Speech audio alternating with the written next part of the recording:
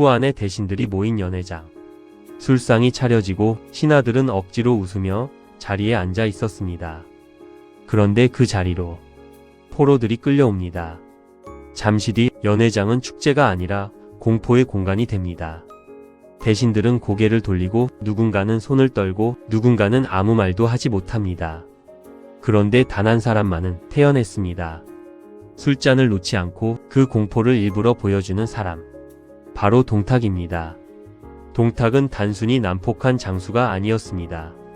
그는 공포를 이용할 줄 알았고 황제를 손에 넣었고 조정을 짓밟았고 수도 낙양까지 불태운 인물입니다. 그런데 진짜 무서운 질문은 따로 있습니다. 동탁이 왜 그렇게 잔인했느냐가 아닙니다. 왜 400년 가까이 이어진 후한 조정은 그런 동탁을 막지 못했을까요? 오늘은 동탁이 어떻게 후한을 집어삼킨 괴물이 되었는지, 그리고 그런 괴물이 왜 등장할 수밖에 없었는지 이야기해 보겠습니다. 동탁이 무서운 인물인 건 맞습니다. 하지만 동탁이 등장하기 전부터 후한 조정은 이미 흔들리고 있었습니다. 겉으로는 황제가 있었고 궁궐이 있었고 조정이라는 이름도 남아 있었습니다. 하지만 안쪽은 달랐습니다. 외척과 황간이 서로 권력을 잡으려고 다퉜고 신하들은 나라보다 자기 편을 먼저 생각했습니다. 나라의 중심이어야 할 궁궐이 정치의 중심이 아니라 음모와 암투의 장소가 되어가고 있었던 겁니다. 그 혼란의 한가운데에 하진과 십상시의 갈등이 있었습니다. 하진은 황간 세력을 제거하려 했습니다. 하지만 조정 안에서 문제를 해결할 힘이 부족했습니다. 결국 그는 외부의 군사력을 끌어들이려 합니다. 여기서부터 비극이 시작됩니다. 조정 안의 문제를 조정 안에서 해결하지 못하고 밖에 칼을 불러들이기 시작한 겁니다. 이건 단순한 실수가 아닙니다. 나라의 중심이 이미 자기 힘으로 서 있지 못했다는 신호였습니다. 곧 궁궐 안에서는 피비린내 나는 혼란이 벌어집니다. 하진은 제거되고 황간들도 무너지고 어린 황제는 혼란 속에서 궁궐 밖으로 나가게 됩니다. 황제가 궁궐 안에서 안전하게 보호받는 존재가 아니라 혼란 속에서 떠밀리는 존재가 되어버린 겁니다. 이 장면이 중요합니다. 동탁이 아직 본격적으로 권력을 잡기도 전에 후한의 권위는 이미 흔들리고 있었습니다. 황제는 있었지만 황제를 지킬 힘이 약했습니다. 조정은 있었지만 조정을 움직일 중심이 없었습니다. 그 빈틈을 향해 동탁이 다가오고 있었습니다. 동탁은 중앙에 세련된 정치가가 아니었습니다. 그는 변방에서 힘을 키운 사람이었습니다. 변방은 수도와 다릅니다.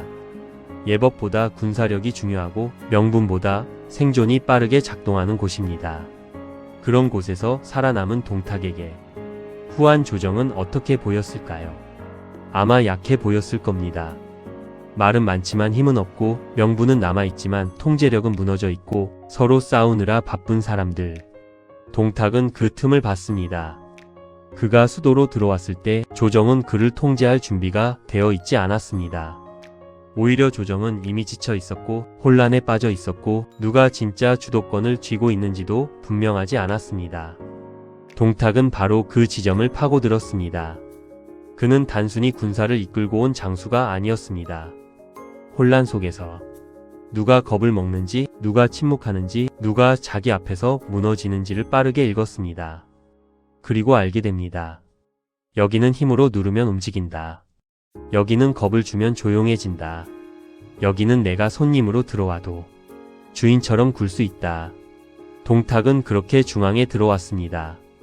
조정을 도우러 온 장수처럼 시작했지만 곧 조정을 짓누르는 존재가 됩니다. 여기서 중요한 건 동탁 혼자만 강했다는 게 아닙니다. 조정이 너무 약했습니다. 강한 사람이 위험한 게 아닙니다. 강한 사람을 막을 장치가 없는 시대가 위험한 겁니다. 동탁은 바로 그런 시대에 후한의 심장부로 들어왔습니다. 동탁이 진짜 괴물이 된 순간은 황제를 손에 넣었을 때입니다. 황제는 단순한 어린 군주가 아니었습니다. 후한 왕조의 권위였고 천하의 명분이었고 정치가 정당성을 얻는 마지막 중심이었습니다. 그런데 동탁은 그 황제를 보호하지 않았습니다. 이용했습니다. 그는 소제를 폐하고 헌제를 세우려 합니다. 이건 단순한 인사 문제가 아닙니다. 왕조의 심장을 자기 손으로 흔든 겁니다. 누가 황제가 되는가? 이 문제는 후한 조정에서 가장 조심스럽고 무거운 문제였습니다. 그런데 동탁은 그 일을 힘으로 밀어붙였습니다. 반대하는 사람들은 두려움 속에 침묵했고 감히 맞서려는 사람들은 목숨을 걸어야 했습니다. 그 순간 황제는 더 이상 조정의 중심이 아니었습니다. 동탁 권력을 포장하는 도구가 되었습니다. 이게 동탁의 무서움입니다. 그는 그냥 칼을 든 장수가 아니었습니다. 칼을 든 사람이 황제의 이름까지 손에 넣은 겁니다. 폭력이 명분을 가지면 훨씬 위험해집니다. 그때부터 동탁의 명령은 단순한 협박이 아니라 왕조의 이름을 빌린 압박이 됩니다. 조정 사람들은 알았을 겁니다. 동탁이 싫다고 해서 쉽게 밀어낼 수 있는 상황이 아니라는 걸. 그는 병력만 가진 게 아니었습니다. 황제까지 쥐고 있었습니다. 동탁은 이 장면에서 후한의 가장 중요한 선을 넘었습니다. 황제를 지키는 장수가 아니라 황제를 이용하는 권력자가 된 겁니다. 그리고 이때부터 동탁은 후한 안에 들어온 손님이 아니라 후한을 집어삼키는 괴물이 됩니다. 동탁은 사람의 마음을 얻으려 하지 않았습니다. 그는 존경받는 길을 택하지 않았습니다. 그가 선택한 방식은 공포였습니다. 자신에게 반대하는 사람은 짓눌렀고 눈에 거슬리는 사람은 제거했습니다. 조정의 신하들 앞에서도 동탁은 일부러 보여줬습니다. 나에게 맞서면 어떻게 되는지. 그를 둘러싼 일화들에서 반복되는 이미지는 분명합니다. 공포에 질린 신하들, 말을 잃은 조정, 그리고 그 위에서 태어난 동탁. 그는 단순히 사람을 무섭게 만든 게 아닙니다. 공포 자체를 통치 방식으로 삼았습니다. 사람들은 그 앞에서 침묵했습니다. 하지만 그 침묵은 충성이 아니었습니다. 살기 위해 입을 다문 겁니다. 이 차이가 중요합니다. 공포로 사람을 조용히 만들 수는 있습니다. 하지만 공포로 마음을 얻을 수는 없습니다. 동탁의 권력은 겉으로는 단단해 보였습니다. 황제가 있었고 군대가 있었고 조정은 그의 눈치를 봤습니다. 하지만 속은 비어 있었습니다. 사람들은 그를 존경하지 않았습니다. 기회만 기다렸습니다. 동탁이 약해지는 순간, 동탁이 빈틈을 보이는 순간 누군가는 반드시 칼을 들 수밖에 없었습니다. 공포는 빠르게 권력을 만들 수 있습니다. 하지만 공포는 그 권력을 지켜줄 사람을 만들지 못합니다. 동탁은 그걸 몰랐거나 알면서도 무시했습니다. 그는 더 세게 누르면 된다고 생각했을 겁니다.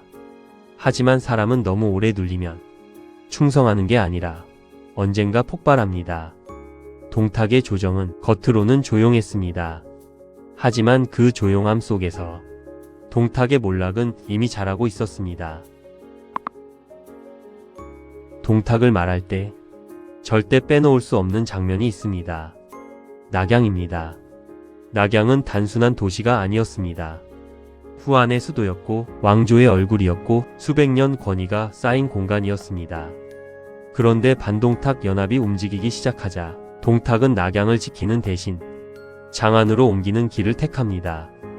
여기서 문제는 천도 자체만이 아닙니다. 그 과정에서 낙양은 약탈당하고 불타고 텅 빈 수도가 되어갑니다.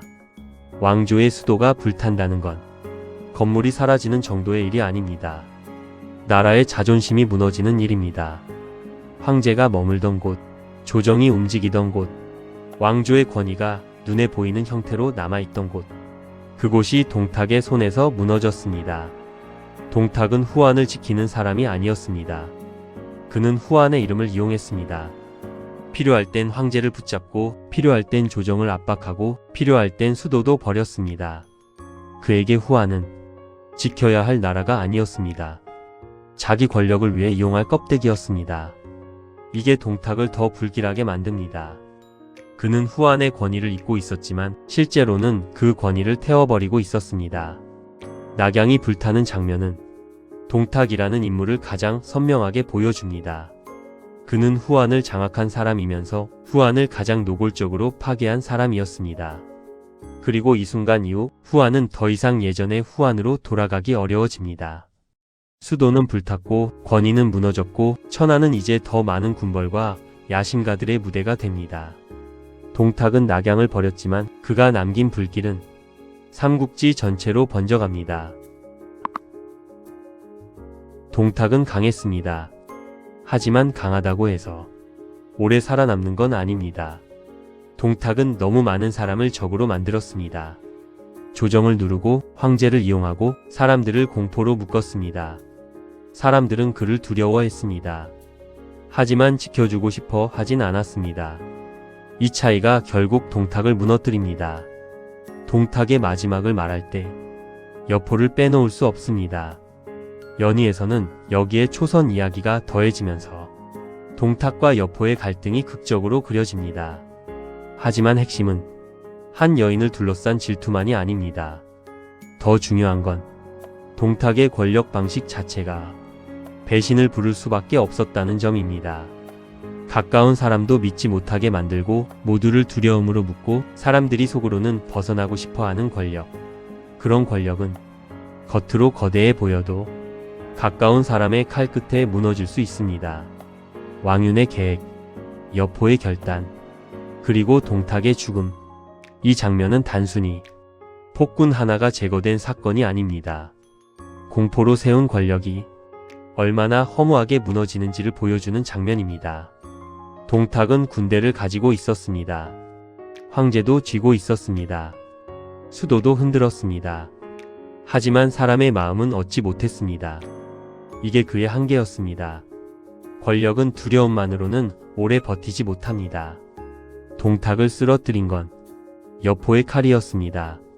하지만 그 칼을 부른 건 동탁 자신이었습니다. 그럼 결국 동탁은 어떤 인물이었을까요? 그냥 잔인한 폭군이었을까요? 물론 동탁은 폭군이었습니다.